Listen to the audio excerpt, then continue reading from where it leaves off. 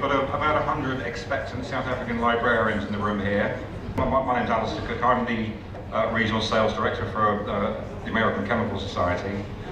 And we're very pleased to be able to sponsor the gala dinner here today at the SAP meeting. It's obviously a shame that you couldn't be with us in person, but it's kind of a little bit more authentic actually to get you beamed in, given what may be ahead of you in your future career.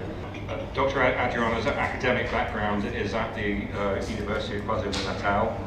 She's currently, correct me if I'm wrong, you're head of innovation for SAP. SAP Africa, yes. Yeah, I think you're about to tell us you're involved in a very exciting project about leaving the planet and starting to colonize the rest of the solar system that we currently live in, and potentially even further and beyond that. So I'm going to hand over to you, Dr. Adriana, just to maybe go through your slides and tell us a little bit more about yourself and the project you're involved in. Thanks so much, Alistair. Hello everyone, I'm currently in New York, so thanks so much for this opportunity. Sorry I couldn't be there in person, but glad that I still have the opportunity to share my story, so thanks so much to Glenn and the organisers for putting this together. So indeed, let me start by saying as a child I used to read a lot, as I'm sure you did in your current endeavours, a lot of books, and always dreamed that I would rather born in a different era. So I dreamed of being an Egyptian queen, or longed to be a Greek Viking warrior, or to have really lived in some more interesting era than the one I found myself in growing up in the 1980s in Pietermaritzburg. However, I have now changed my mind because I believe this is not only the most exciting era for humankind, but in fact for life on Earth, because in the sort of 4.1 billion years of lifespan evolving on this planet, there's extensive evidence now that life was around as long as 4.1 billion years ago. This is the moment, and we're alive now to be witnessing this moment where a living organism, or a species of living organisms on Earth, mainly humans, have developed technological capability to propose to move life off of planet home, planet Earth, for the very first time. So I will talk a bit about that today, and also relate that back, if I can, to some of our activities here on Earth at SAP Africa, because I think this is all pertinent for the theme of knowledge creation, innovation, caused by exploration. So I'll talk about that in more detail. So I'll talk about settlement of Mars. I think future on Earth is an even more challenging question than whether or not we'll settle on Mars. So I'll go through why I believe that.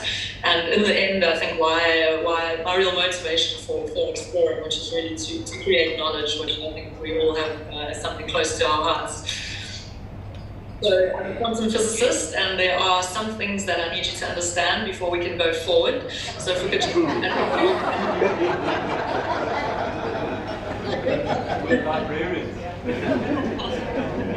This is the slide of quantum mechanics, don't worry. We're not here to study maths, but we are here to think a bit about the big picture. So for me, the big picture starts with the very small.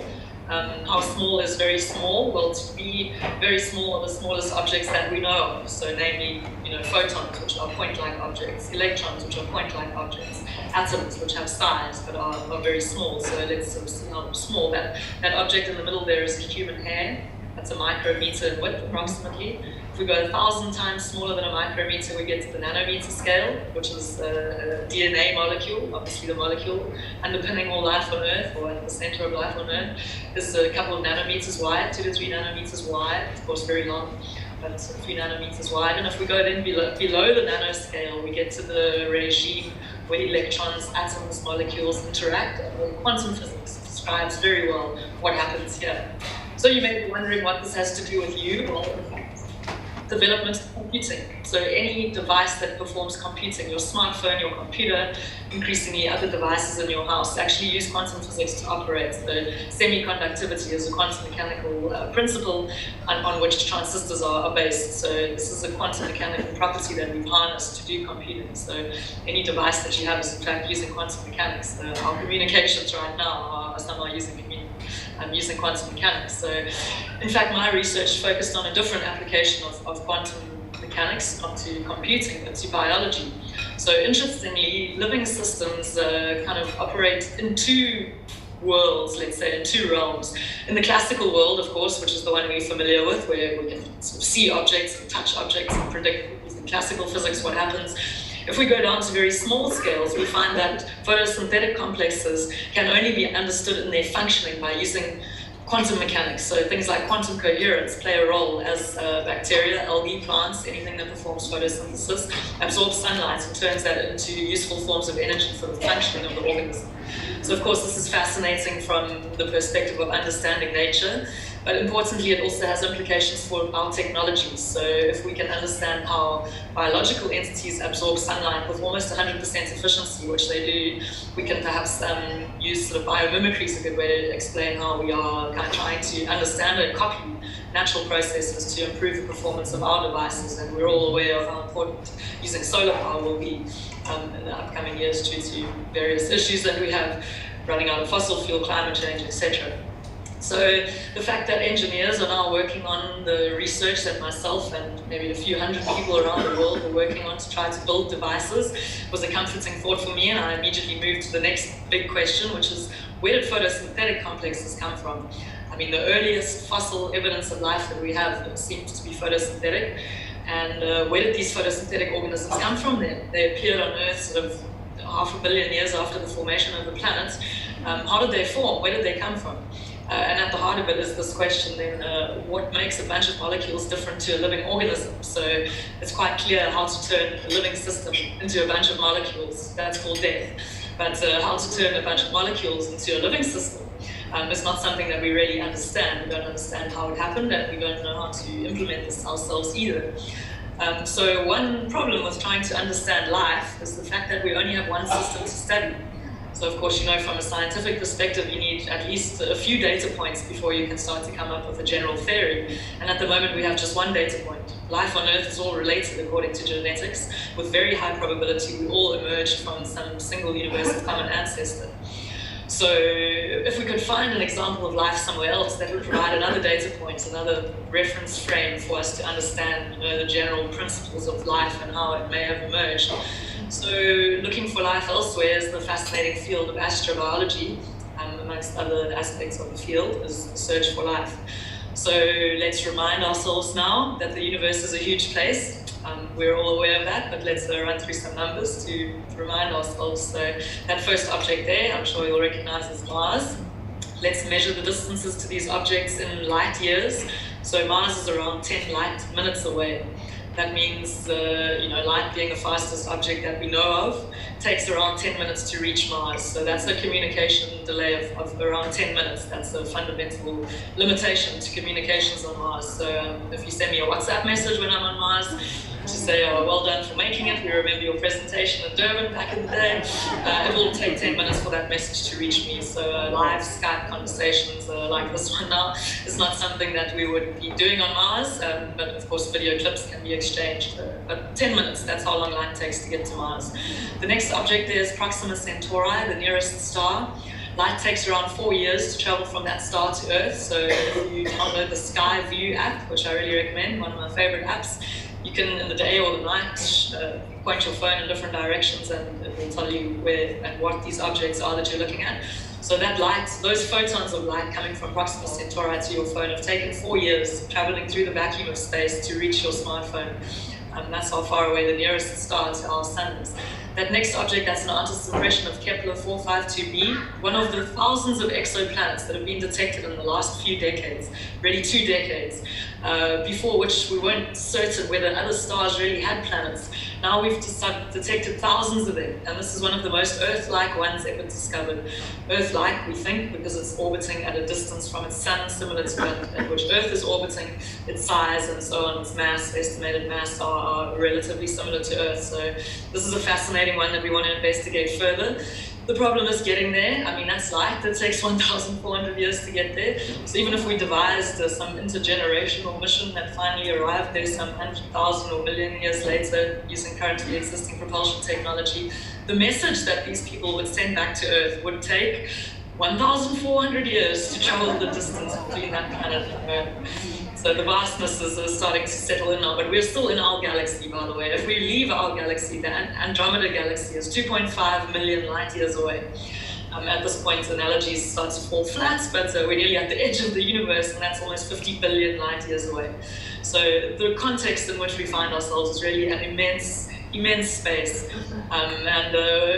Yeah, we battle to understand our own lives sometimes, never mind what's going on in the vastness of the universe. But the point of this slide was really to remind you of the vastness, but also to convince you of the comforting, familiar, neighborly, and really a natural location to explore, which is Mars. If you're the kind of person who wants to go somewhere where no one has gone before, a 10 light minute distance away is really a familiar, neighborly place to go and visit, and that's the plan.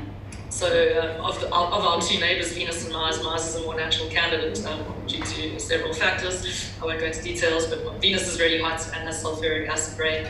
So that's some of them that would make it rather unpleasant and difficult to survive there. But I'm happy to answer questions afterwards. If your question was, really, you want to move to Mars, I can answer that now. Yes, and I'm not alone. There are 100 of us in the final round with the Mars One project. 2 of us are actually from SAP. So that's 2% of people trying to leave the planet, and I think that's not an indication of job satisfaction, but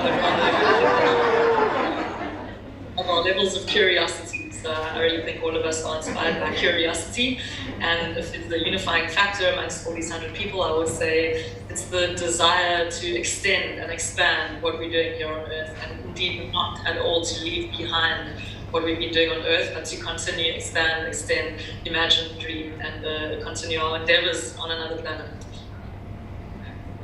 So the Mars One, I'm going to mention several projects after this, but this is the Mars One plan, or outline, to settle humans on Mars within a decade, around a decade. I mean, this has never been done, of course. The last time we were on the moon was 1972, so dates are to be viewed as flexible here. Yeah, so around a decade, let's say. The technology will be outsourced to companies like SpaceX, Boeing, Lockheed Martin. NASA outsources launches to SpaceX increasingly, so this is a natural way to do space travel nowadays, is to have a collection of engineering companies putting together the hardware together. Of course, you need money to fund such a mission, so where will the money come from? Well, from you, in fact. Not directly, actually, but simply through watching the reality or documentary TV series that will accompany the selection of the 24 from the 100, which will be taking place probably next year. The training of these 24 for 10 years, and the departure of the first 4 in around 10 years' time. Will all be part of this documentary series, as well as the landing on Mars, the living on Mars, the expansion of the settlement on Mars. Over the next few decades, you have some fascinating TV in store. I think people are still watching Big Brother. That is always fascinating. I have no doubt in my mind that this will be more interesting. So, and in fact, that will generate the funding. So, the Olympic Games generated around $10 billion in broadcasting revenue alone. So it's true that having 7 billion people with increasing access to devices and internet can generate on the order of tens of billions of US in broadcasting revenue, and this is of the same order of magnitude required to send humans to Mars. Probably more than 10 billion, but that order of magnitude. Mars One has announced in March this year that they're now valued at $400 million on the Frankfurt Stock Exchange. Disturbingly, this is about the same as Justin Bieber's total net worth. Also, unfortunately, this is not enough to get to Mars yet, but this is definitely a step in the right direction, so we're excited about this. So Mars One has been accused of being a hoax, a scam, a scandal, a joke. All sorts of bad press came out in the beginning. I think that's the risk that you take when you're a true pioneer and proposing something really novel, really unique. However, since then, several other companies, private companies as well as NASA, have announced plans to send crews to Mars. SpaceX, at the moment, has pitched their date first in 2025. They will do a cargo mission launch with collaboration with NASA next year, if all goes according to plan, and then become the first private company to land cargo on the surface of Mars. Boeing wants to beat SpaceX. Lockheed Martin wants to put like an international space station in orbit around Mars and having crews living permanently there. NASA wants to send crews in the 2030s. So these are all return missions, by the way. The Mars 1 mission is a one-way mission, as you might have heard, not because we want to go there and die, but because we want to get there first. Start to set up the settlement, which many others will be arriving to if all of these plans go according to schedule. It's March 30th, 2017, 6:08 p.m. Eastern, 10:08 p.m. UTC. You're looking at a live view of a recovered Falcon 9 rocket on the SpaceX launch pad as it awaits its second launch since landing back in April 2016. So in case you didn't catch this revolution in space flight, this was on the 30th of March this year, implemented by South African-born Elon Musk's company SpaceX, founded in 2001 with the sole mandate of expanding humanity off the Earth. They are making leaps and bounds in this direction by having performed the first this is the separation phase. So the rocket is going to be re-landed. So in fact, this rocket, so I'm not looking at me and the cheering in the background, but this rocket was re-launched after having been landed previously.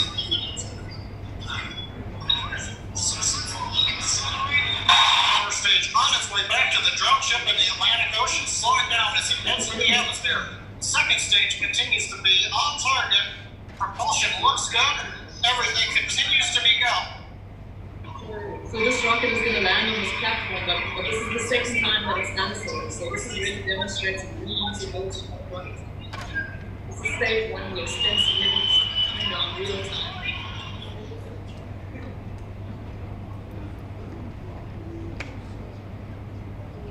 Never get tired of watching. We just had an incredible day today.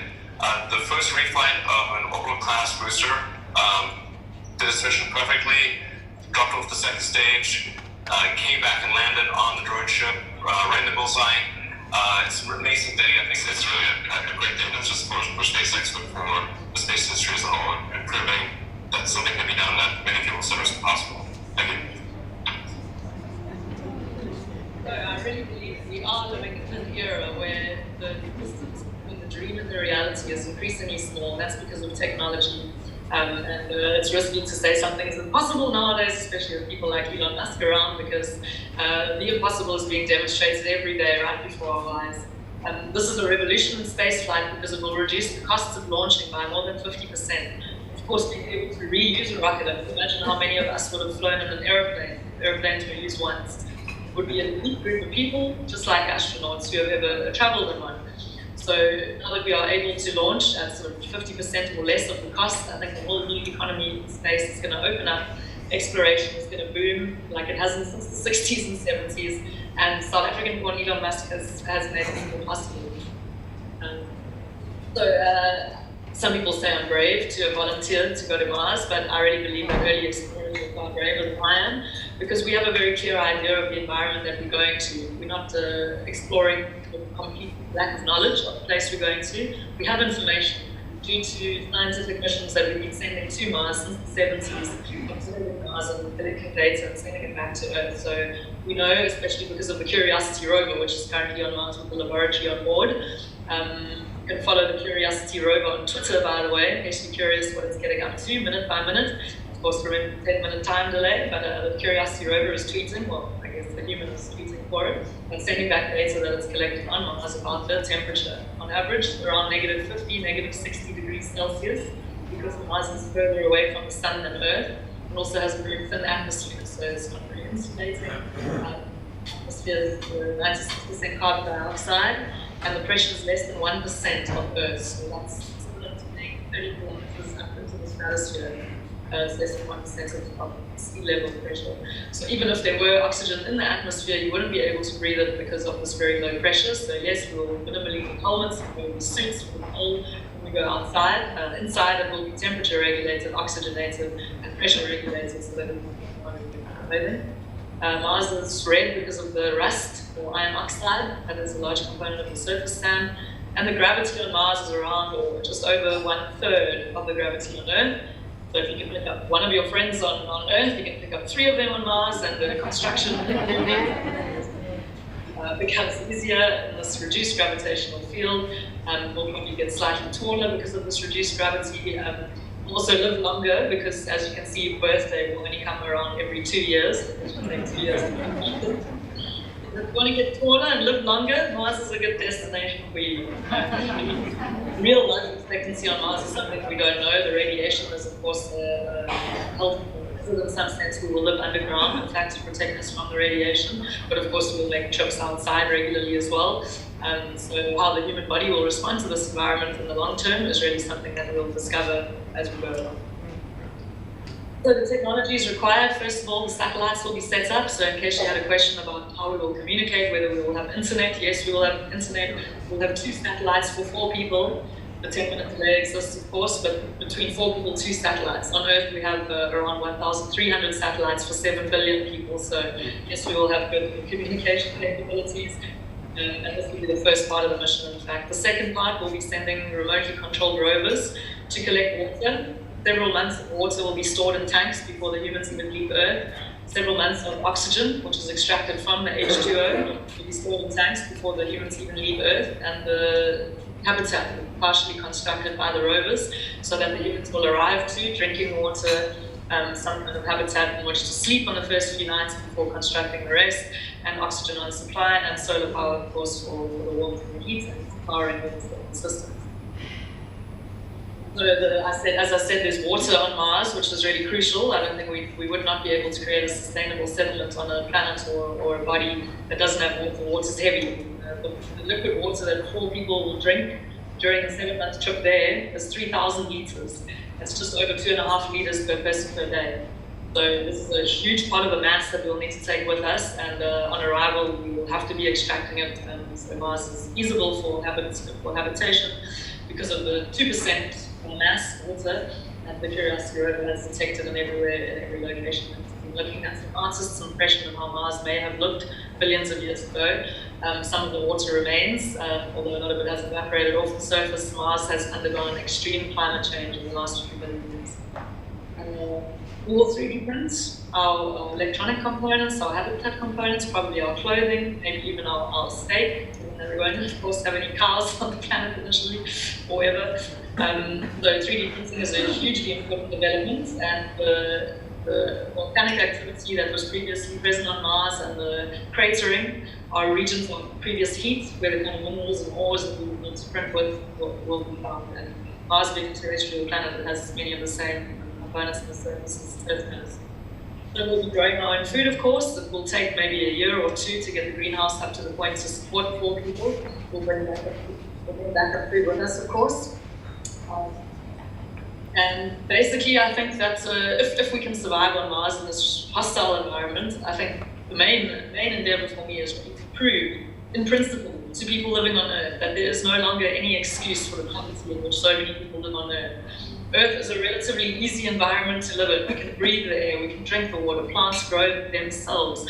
On Mars, everything will be an ecological miracle, pretty much. And I think that this will be a perfect sort of case study for how we should be living on Earth. We should be using solar power, we should be using water as a very precious resource. We should be maximizing and optimizing our indoor farming to support the growing population that we have on Earth. So that kind of brings me back to the sort of last third of my talk, where I will talk about the future of life on Earth, because I don't know if I've had enough time in these last few minutes to convince you that humans will be living on Mars in the next 20 years. I truly believe that we will. I'm sure I will be one of them, but I believe we are going to see this grand epic take place in our lifetime. What is not clear to me is what the future of life on Earth is. How will we sustain our growing population, given that we have finite resources on this planet? This, for me, is a far more complex question than how a couple of people will manage to survive the harsh conditions on Mars with the technology that we're bringing. This is an answerable question to me. The question of Earth, I really don't know what the outcome is. I don't think anyone knows. It's a complex problem, it's a complex system, but one thing that is true is that we have finite resources on Earth. It's the closest. Another fascinating question is how will technology develop? I think we need to focus on how we will shape technology and not be worried about how technology will shape us. Although when computers become more intelligent than us, this will really be a strange world in which we find ourselves if we are still alive at that point. So I think we need to harness technology to answer the former question, and that's why I'm really excited about my role at SAP, to look at how we can use technology, especially in the African context, to make people's lives better. So I hope that we have some volunteers in the audience from tonight to come to Mars. The more the merrier, of course.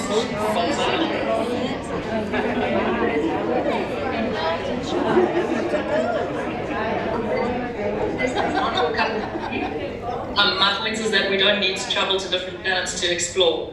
We can explore from our borders, from our neighborhoods, from our countries, from our continents. We can explore reality by looking at smaller dimensions. So the miniaturization of technologies is really the result of exploring the miniature parts of reality. So quantum computing, nanomedicine, all of these miniaturizations and our understanding of things on a smaller and more molecular scale is the result of exploring reality, the reality of the very small. And many interesting technologies will come out of that.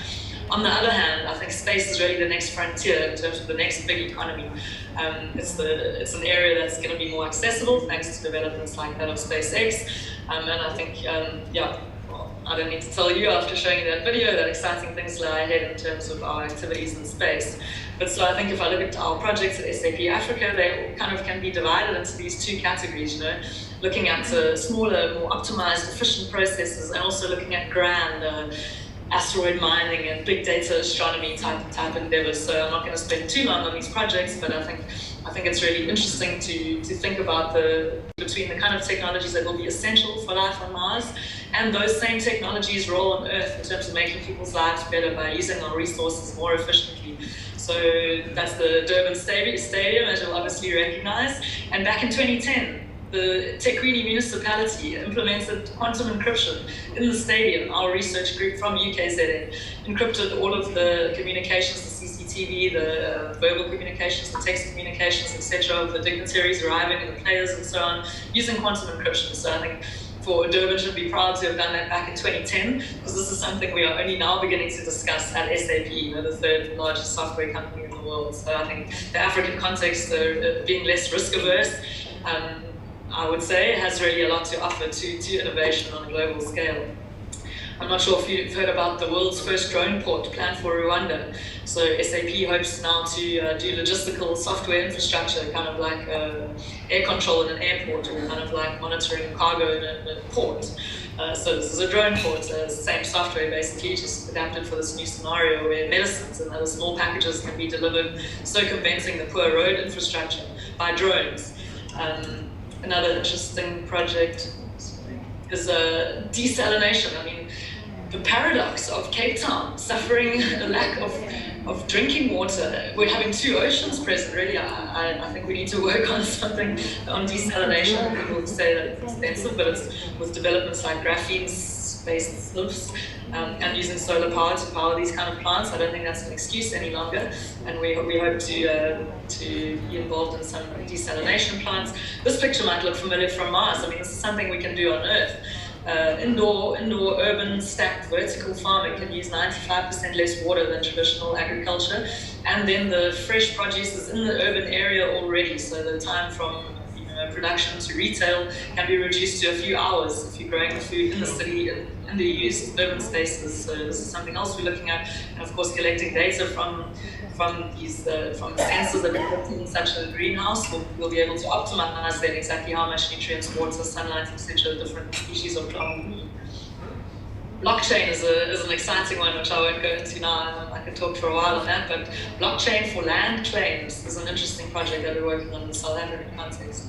So this is an exciting one, and using software, we are doing a cost estimate of how much it will cost to extract platinum from asteroids. I think the mining industry is going through a difficult time at the moment, also because of increased legislation, and I think this is a good thing.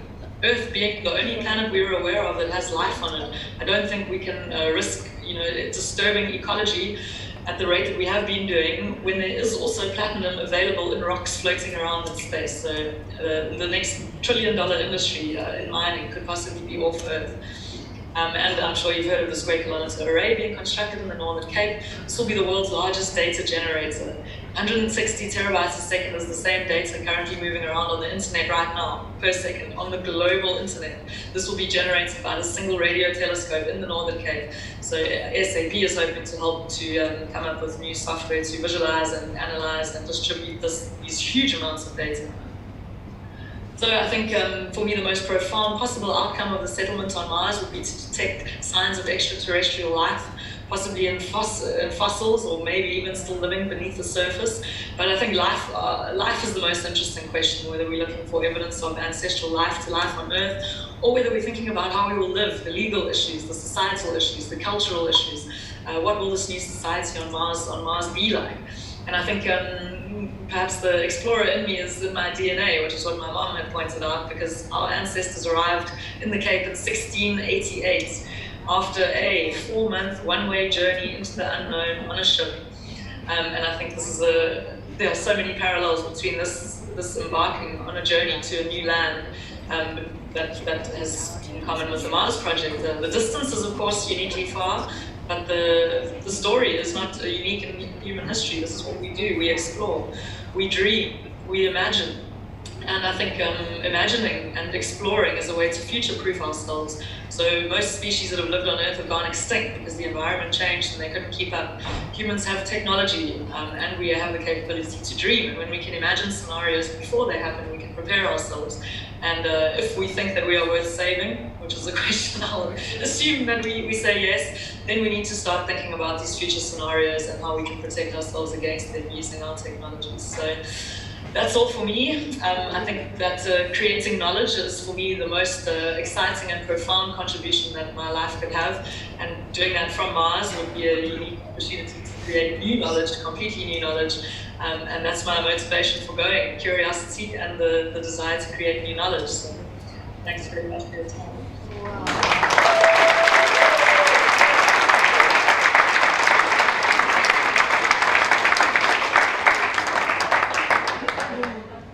Thank you, Dr. Adriana. Absolutely fascinating presentation. Thank you for sharing that with us. We're going to take a roving mic around the questions to ask you. I've got maybe one just to kick things off, which is in terms of when you were told your family, your friends, your colleagues that you were going to possibly be taking a one-way mission and not coming back, how did they react? My mom actually reminded me of the conversation that we had when I said right at the end, oh, by the way, I volunteered to go on a one-way trip to Mars. And she said, oh, will you have communication? And I said, yes. And she said, oh, okay. Chat later then, bye. I had to Google it because she wasn't quite sure if I lost my mind or not, but that was really her question and still is, and she thinks that it can be something she can handle as long as we can be in touch. My dad has said, of course, that not being able to hug each other would be a sad reality, but they visited me when I was in Japan, and I do hope that with the increased lifespan and increased technology, that one day if I do make it to Mars, they'll be able to come and visit me there. My friends, of course, thought this was a completely fitting move for me and made a lot of sense, not because they want to get rid of me, but because this is exactly my cup of tea. If it was my choice, I would with you. However, just because we can go, does that mean we should go? You know, we've made such a mess of this planet. As you say, you know, we're not doing very well in fatal desalination. We're not doing so many things. What gives us the right to go and damage another planet? So, as I've said, I hope that demonstrating livability on the surface of Mars will be an inspiration of how we could be living on Earth. So I think the fact that Earth is full of life, this is the planet we should be protecting. Mars does not appear to have a lot of geological or living activity on it. So exploring it and understanding how we can protect our own planet would be the motivation for that for me. So it can help us to appreciate our planet. I mean, sometimes you only appreciate what you have when you really leave that place and understand what the other options are out there. So looking back on Earth from Mars, I think might be the moment when we finally really appreciate what Earth holds. And yeah, I think being able to extract resources off of Earth and then protect the ecological systems on the surface of Earth would really be one of the motivations for expanding our industries off of Earth, to leave the natural ecology on Earth be, and to do our mining and our industries off of Earth. I think that could be an option. Yes. Hi. Sorry, can you hear me? So, firstly, that's amazing. It's stand up, please, so that she can see you. super. So, firstly, it's amazing. And my question to you is: you said you read a lot when you were a child. Who's your favorite science fiction author and why?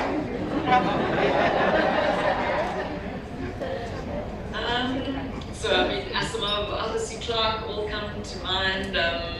Actually, The Martian would be my most recent famous, and I think that's closer to science fact than science fiction. But if you've watched the movie The Martian, I highly recommend to read the book. The author actually publishes it free online, so you can download the PDF. A really well-researched book. I think the degree to which it's fiction, as I said, is debatable because it's a really realistic scenario. But I think the stories of Arthur C. Clarke that are sort of imprinted in my memory from childhood are probably the most powerful stories that I've heard in that scenario. Philip K. Dick, of course. Yeah, Do Android Dream of Electric Sheep? Another favorite. Yeah, well, thanks for that question. I need to go reread some of that. I've got two questions. You said you're planning to colonize Mars. Does that mean that children will be born there and society will grow? And how many people do you expect to eventually have living there? And the second question is, what if somebody decides they want to come back? Yeah, that usually happens with one or two in the group. So the plans for the Mars One project are to send the minimal model. So a one-way trip, just a team of 4. A team of 4 is the minimum team size to have enough overlapping expertise so that if something happens to one of them, you've got a backup, etc. There's many articles written on this. That's why 4 is the minimum team size. And a one-way trip is, of course, the minimum economical model, the cheapest way, in other words, to get there. So that's the Mars One project.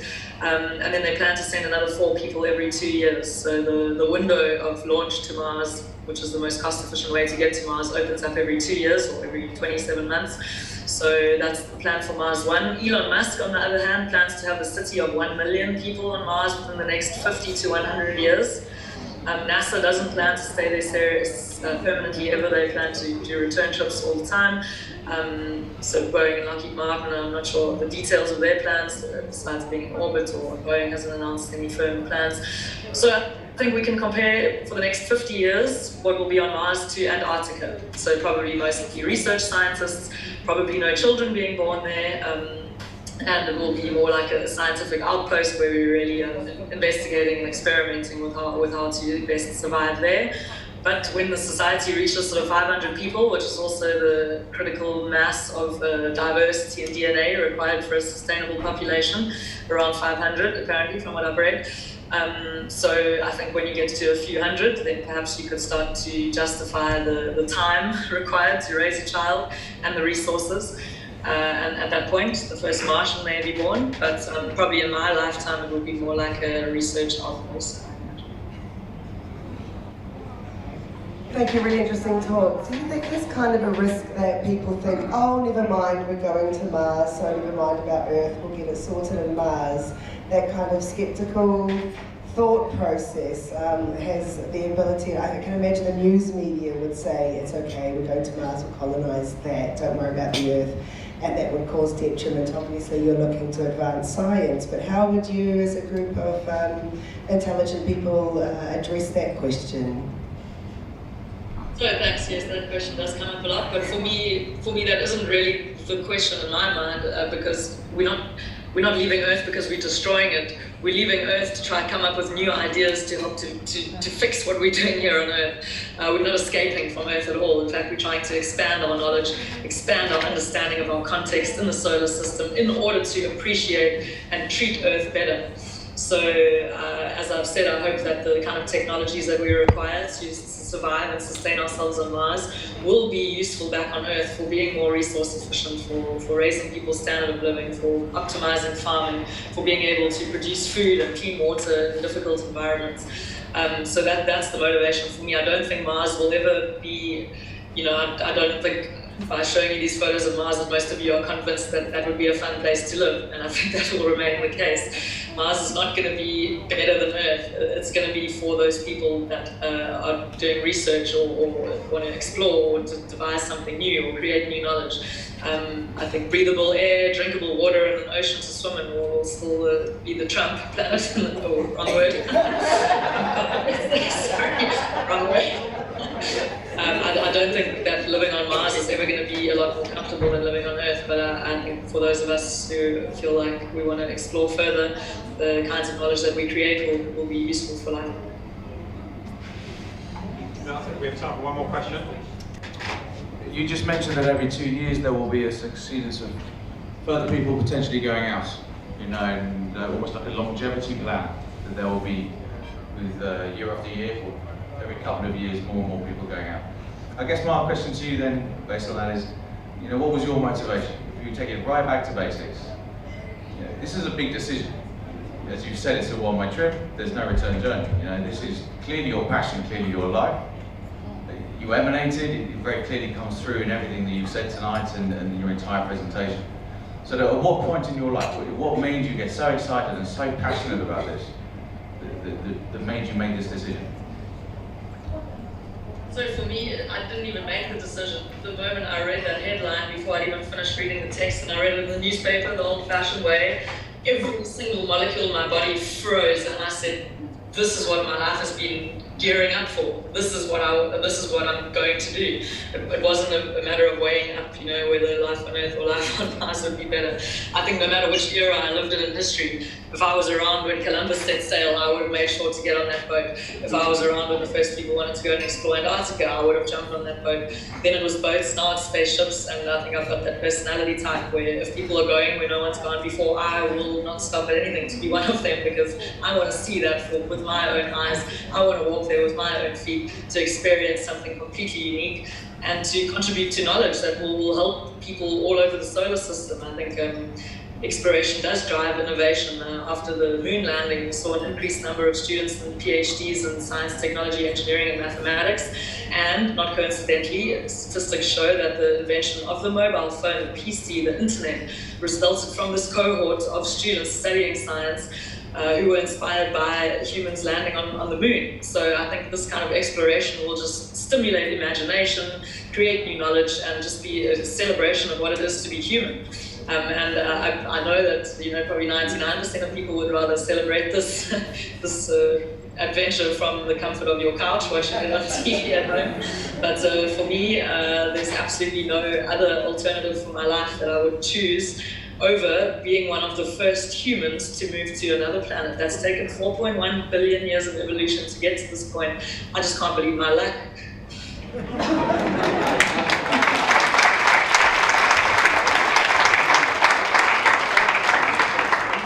Just one final thought before we wrap up, Adriana, is I've got maybe a slightly less serious question, but I presume you'll get a little bit of downtime on the 2-year or so flight out to Mars. What will you do on your downtime? Do you have a lot of David Bowie songs that you're listening to, or? Yeah, Space Oddity is a bit of a depressing one, because I try not to listen to that. Yeah, David Bowie's written some awesome space-themed songs. Certainly music, we'll have, I guess, a few terabytes of stuff that we can take with us, watching reruns of the Big Bang Theory. We could learn each other's languages. I mean, the crews of 4 will be as diverse as possible. I hope they aim to have each person from a different continent, culture, language, profession. And we'll all be trained in the essentials, of course, but with different backgrounds. So learning each other's languages would probably be a good idea. And we'd be going through all of the necessary, going over again and again how to fix, maintain, and control the equipment that we'll need when we get there. And of course, just writing poems about being the people who've traveled the furthest from home ever. I think we're going to wrap up at this point. Just before we do, I'm just going to put my shameless plug in for the American Chemical Society, because we agreed to sponsor this gala dinner obviously mainly to support the SALNet conference. The other part of the attraction for me is ACS has just launched a brand new journal. The first issues are coming out, and the title is American Chemical Society, Earth and Space Chemistry.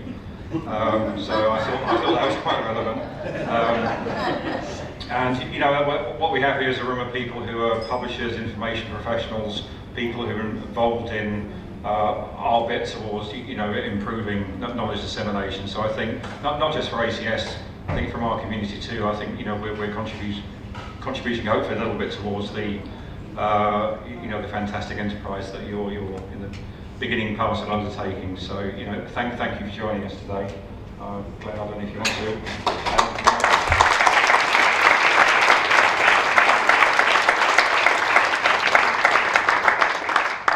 Adriana, just from my side, thank you so much for faithfully coming to the party.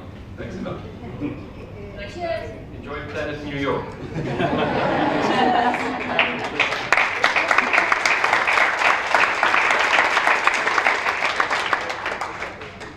The joke that I know about Mars is this librarian's son came home and had an astrology assignment to do, and he asked his father, Dad, the librarian, where's Mars? And Dad said, the librarian said, ask your mother, she hides everything in this house. So that's the only thing I know about Mars.